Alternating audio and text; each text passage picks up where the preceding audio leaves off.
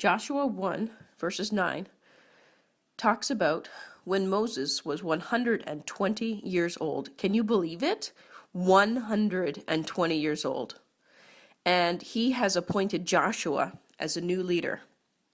And the verse says, "Remember, I told you to be strong and brave. Don't be afraid, because the Lord your God will be with you wherever you go." Luke 22, verses 54 to 60.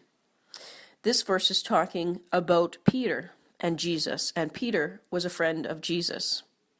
And Peter just saw Jesus be arrested.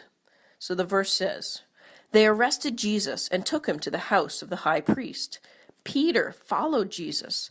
The soldiers started a fire and sat together. Peter sat with them. A servant girl said, 'This man was also with Jesus.' But Peter said, 'No.' He said, 'Lady, I don't know him.'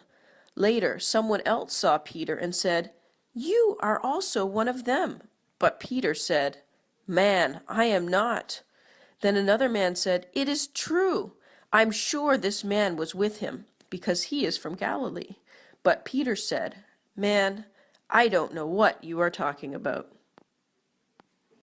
Acts 3, 1-8 says, "One day Peter and John went to the temple area. A man who was crippled all his life was being carried by some of his friends, who brought him to the temple every day. He saw Peter and John going into the temple area. He asked them for money. Peter and John looked at the crippled man and said, 'Look at us.' He looked at them. He thought they would give him some money. But Peter said, 'I don't have any silver or gold, but I do have something else I can give you. By the power of Jesus Christ from Nazareth, stand up and walk.' Then Peter took the man's right hand and lifted him up. Immediately his feet and legs became strong. He jumped, stood on his feet, and began to walk. He went into the temple area with them. He was walking and jumping and praising God." Created using Powtoon.